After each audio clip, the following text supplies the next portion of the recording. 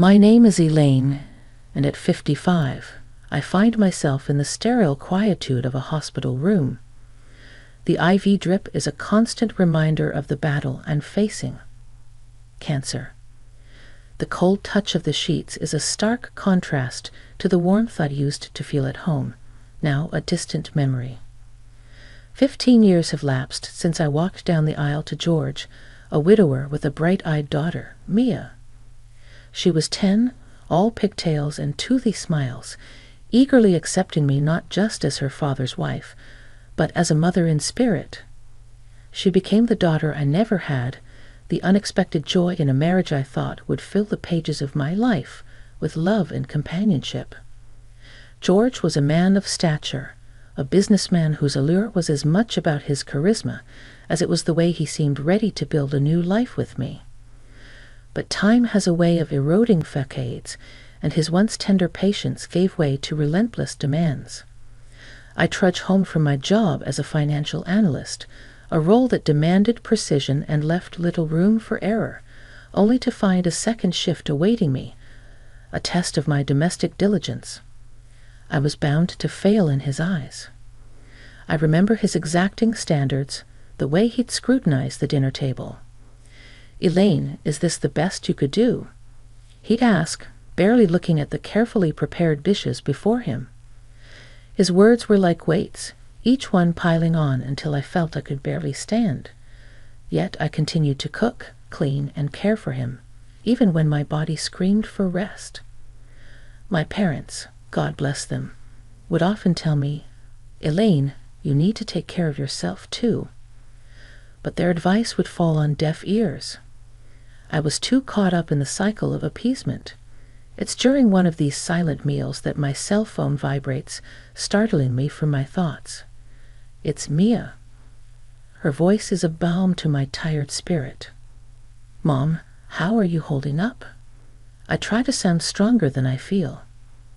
"I'm hanging in there, sweetie. How are you?"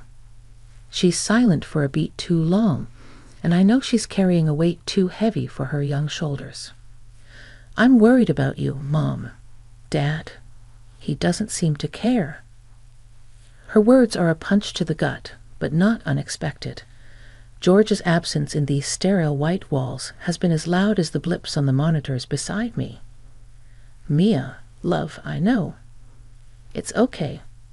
We have each other," I say, the words tasting like a mix of sadness and resolve. There's a pause, and then her voice, laced with a quiet strength, comes through. "We do, and I'm here every step of the way. Don't worry about Dad. Worry about getting better." Her reassurance is the anchor I didn't know I needed. When she visits, we don't talk about George or the cold dinners, or the way his eyes no longer held any warmth for me. Instead, we talk about her job, the books she's reading, the life she's building. Her resilience and independence make me proud, and I cling to the fact that I played some part in shaping the incredible woman she's become. I lie back, closing my eyes as Mia's promises echo in my mind. The hospital room feels less confining somehow, as if her words have breathed life into its corners. I am not alone, and that's a thought worth holding on to. The day starts before the sun peaks over the horizon. My alarm clock, a relentless foe, jolts me awake. I'm up, pulling on the clothes I laid out the night before, my movements as automatic as the coffee maker that sputters to life in the kitchen. George is still asleep, the rise and fall of his chest the only evidence of life at work. The numbers and spreadsheets are a welcome distraction. They don't complain, they don't demand, they just exist in their black and white cells, waiting for me to make sense of them. My colleagues are another story, buzzing around with office gossip and weekend plans. "Elaine, you've got to come out with us one of these Fridays," Janet from accounting says, popping her head into my cubicle. I manage a smile, though I can't remember the last time I had plans that didn't involve George or a grocery list. "Thanks, Janet. Maybe next time," I say. She gives me a sympathetic pat on the shoulder before buzzing off to her next conversation. Home again, the routine continues. I'm chopping vegetables for the stew George likes when he walks in early from work. His mood's a toss-up, and I brace myself for whatever version of him is coming through the door. Smells good, he says, which feels like a small victory. I let out the breath I've been holding. It should be ready in about an hour, I respond, keeping my tone even. He grunts, disappearing into the living room. The TV comes to life, and I'm left alone in the kitchen with the carrots and potatoes. I find comfort in the rhythm of my knife against the cutting board, a simple, predictable sound. Later, we sit across from each other at the dining table, a chasm of unsaid words between us. He's scrolling through his phone, barely acknowledging the meal. It's good, he mumbles after a few minutes, but there's a distance in his voice that's become all too familiar. I nod, my own phone lighting up with a text from Mia. Thinking of you, Mom. Hope dinner went well. I type back a quick love you and slip the phone back into my pocket. George looks up, eyes narrowing. Was that Mia? Yeah, just checking in, I say, trying to keep the conversation light. He nods, going back to his phone, and we finish dinner in silence. I clean up the clinking of dishes filling the empty air. Tomorrow will be the same, the grind wearing away like waves on a cliffside, constant and relentless. But tonight, Mia's message is a lifeline, a reminder that not everything is as cold and unforgiving as this routine. There's warmth there, love, and it's enough to keep me going for one more day. The hospital room's constant beeps and murmurs are background noise as I'm lost in thought. It's during one of these quiet moments that Mia walks in, her face etched with worry. I can tell she's bearing a weight, the kind that's ready to topple over. She pulls a chair close to my bed, takes my hand, and sighs deeply. Mom, there's something you should know, she begins, her voice a mix of anger and sorrow.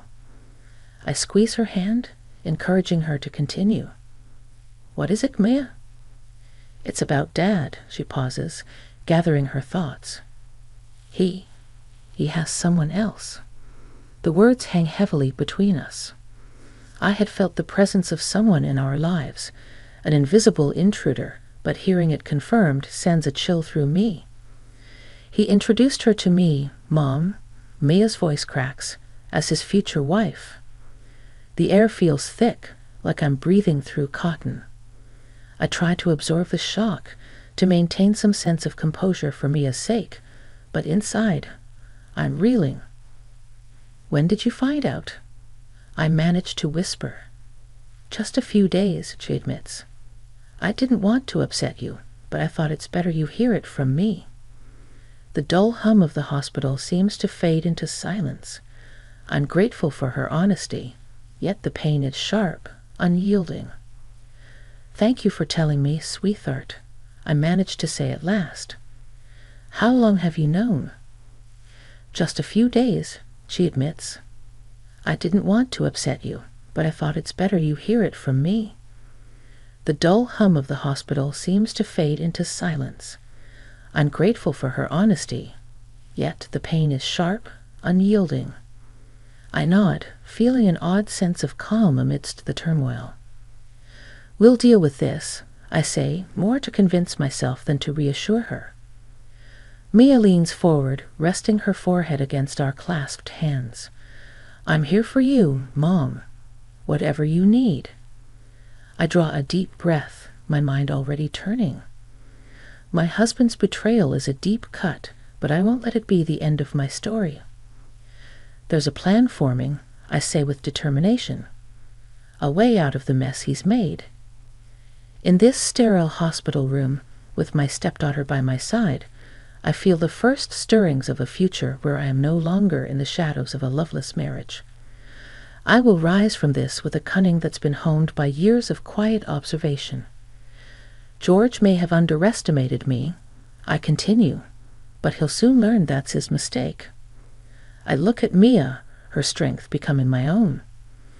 Let's start planning, I say, and there's a new determination in my voice.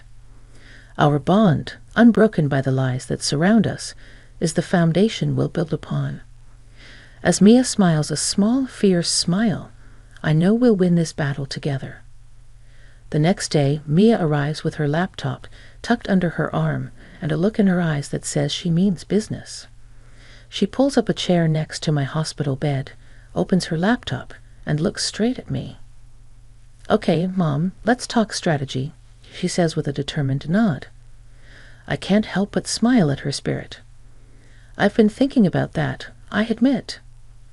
I want to be fair, but also I want to protect myself and my future.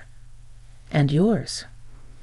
Mia nods, her fingers poised over the keyboard. First things first, we should get a lawyer. Someone who can help us navigate the divorce smoothly, she suggests. Yes, a lawyer. I agree.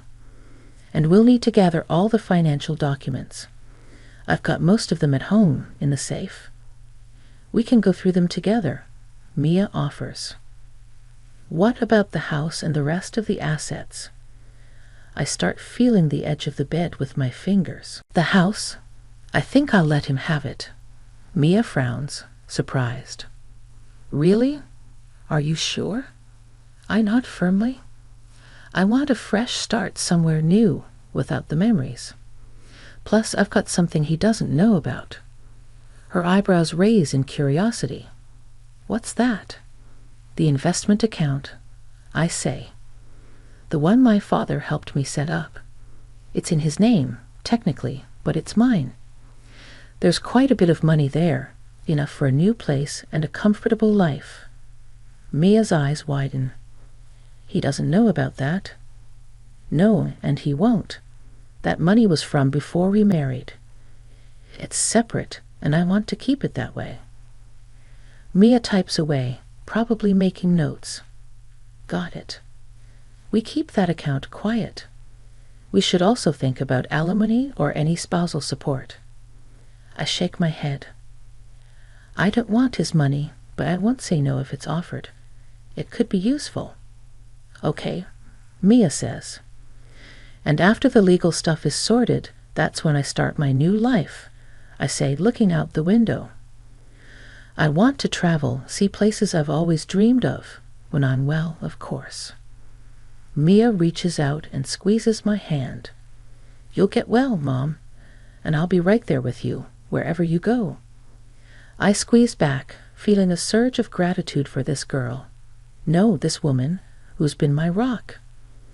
We're in this together, I tell her, and it's more than just about the plan. It's about us, our journey ahead, and the unspoken understanding that we're a team now. The afternoon sun casts long shadows across my bed as we continue to plot, not just for the end of my marriage, but for the beginning of something new. Just the two of us, ready to face whatever comes next.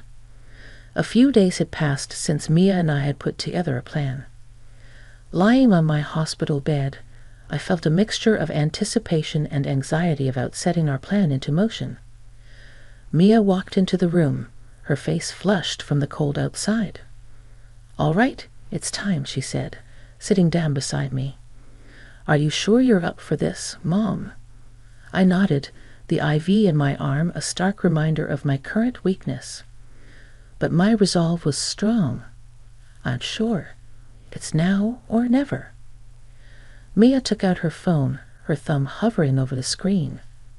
I'm about to text Dad.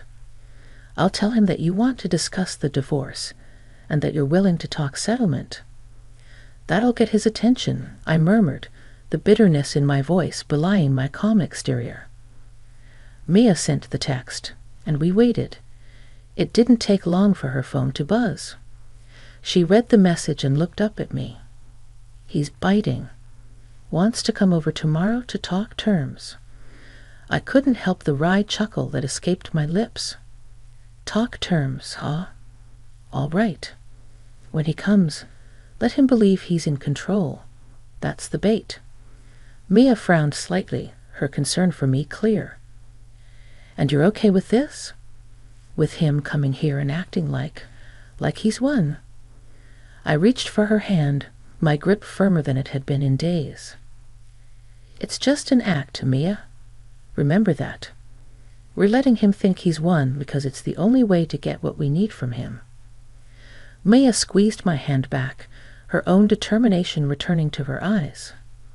"Okay, Mom, I trust you." And I added, "Make sure he sees the safe when he comes.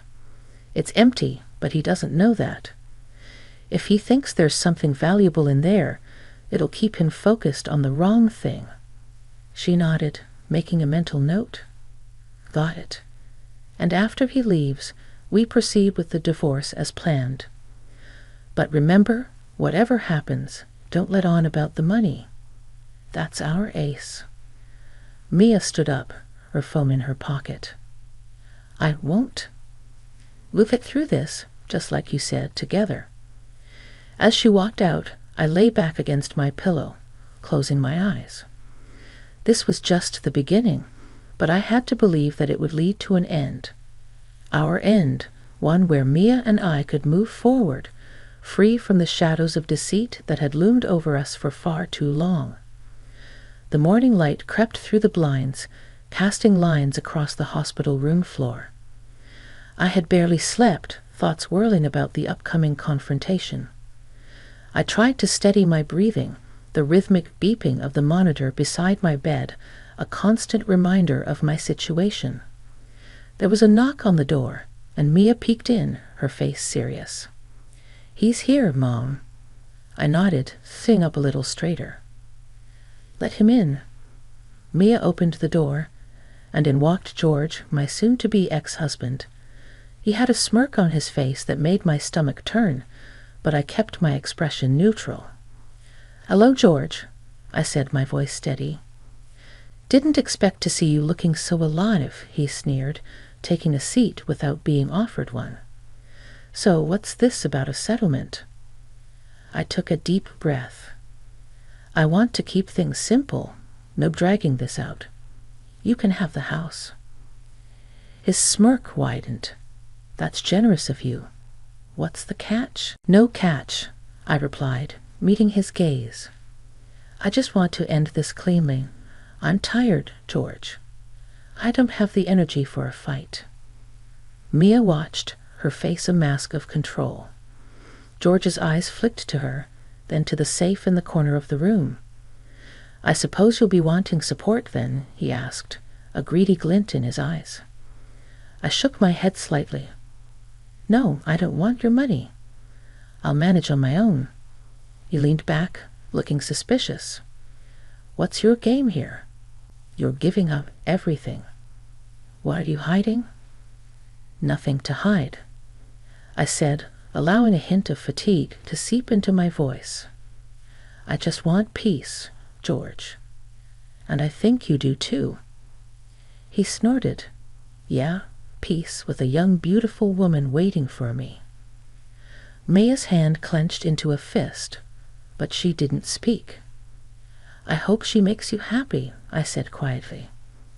George stood up, looking around the room once more.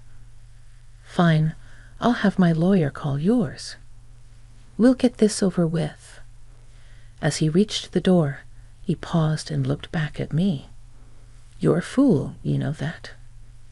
Letting go of everything without a fight." I met his gaze, my own eyes clear. "Maybe, but sometimes letting go is the only way to move forward." George shook his head and left, the door closing with a soft click behind him. Mia rushed to my side. "Are you okay, Mom?" I nodded, feeling a weight lifting off my shoulders. "I'm fine. It's done. Now we just have to follow through." Mia hugged me, her presence a comfort. "You're the bravest person I know." I hugged her back, allowing myself this moment of warmth. Brave maybe, but I'm not in this alone, am I? "No, Mom," Mia whispered. "Not alone. Never alone." The ink on the divorce papers wasn't even dry when Mia dropped the bomb about the money. She was hesitant at first, biting her lip in that way she does when she's nervous, but I urged her on, knowing that whatever came next was just another scene in this absurd play my life had become. "Dad knows about the 3 million, Mom," Mia said, her voice barely above a whisper. I sighed, not surprised. I expected as much. What's his play? It didn't take long for him to make his move. The next day, he was at my hospital room door, his eyes wide with a mix of greed and desperation. He knelt by my bed, taking my hand in his. "I've been a fool," he started, his voice trembling with faint emotion. "Please, let's put all this behind us and start over." I'd looked at him, really looked at him, and I felt nothing. It was liberating.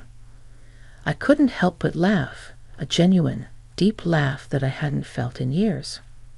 "Start over?" I said, pulling my hand away. "There's nothing to start, George. It's done." His face turned an ugly shade of red, the mask slipping. "You think you can mock me?" he hissed. "I'll take you to court.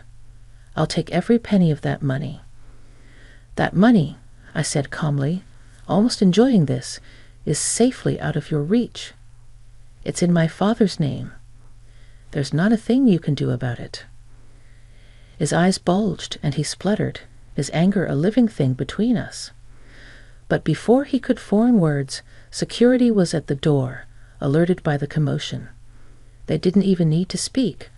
Their presence was enough. George's outburst was his final act, his curtain call. As they escorted him out, his shouts echoed down the hall, a pitiful sound that faded with each step. I leaned back against my pillows, a sense of peace settling over me. Mia, who had stood by the door, her face a mix of worry and anger, finally let out a long breath. "Are you okay, Mom?" I reached for her hand, a smile playing on my lips. "I am now, sweetheart. It's truly over." We sat in silence for a moment, the weight of the past lifting, leaving room for something new, something better. And as the door closed on the last vestige of my old life, I felt ready to face a new day. It was a clean slate, a true new beginning, and I was ready to write my own story. Life after cancer and George felt like stepping out of a long, dark tunnel into sunlight. I bought a house with a big garden somewhere Mia could visit whenever she wanted, a place that felt like ours, truly ours. One afternoon, Mia and I were sitting on the porch, sipping lemonade and watching the sun dip below the trees. She had been helping me unpack boxes, turning the house into a home. Her laughter was a frequent sound here, echoing off the walls, filling spaces that had known too much silence. "You know, Mom," Mia said, her eyes scanning the yard, "I've never seen you this relaxed." I smiled, feeling the warmth of the sun on my face. I have a lot to be thankful for. I beat cancer, I'm free of George, and I have you. She squeezed my hand. "I'm just glad you're finally putting yourself first. You always took care of me, even when I wasn't your responsibility." I shook my head. "You were always my responsibility, Mia. The moment I decided to be your mom, that was it. You were my family." Mia's eyes misted over, and she gave me a teary smile. "I'm glad he's out of our lives. I've never liked how he treated you, and now we don't have to deal with his drama anymore." The sun had almost set, and the sky was a canvas of purples and oranges. I stood up, feeling more alive than I had in years. "Let's go inside. I'll make us dinner, our favorite spaghetti and meatballs." She hopped up, following me into the kitchen. "Can I help?" she asked, rolling up her sleeves. "Of course you can. Start by rolling the meatballs." We moved around the kitchen together, a dance we had perfected over years of cooking side by side. As I watched her hands, so much like mine, shaping the meatballs, a sense of contentment washed over me. This is what real family feels like, I thought. There were no harsh words here, no expectations or disappointments. Just me and Mia, and a future we could shape into whatever we wanted. Our laughter and the aromatic scent of our shared cooking efforts filled the kitchen, and I knew, deep down, that this was what happiness felt like. After years of just going through the motions, I was finally living, and I had the real family, my daughter, to thank for it.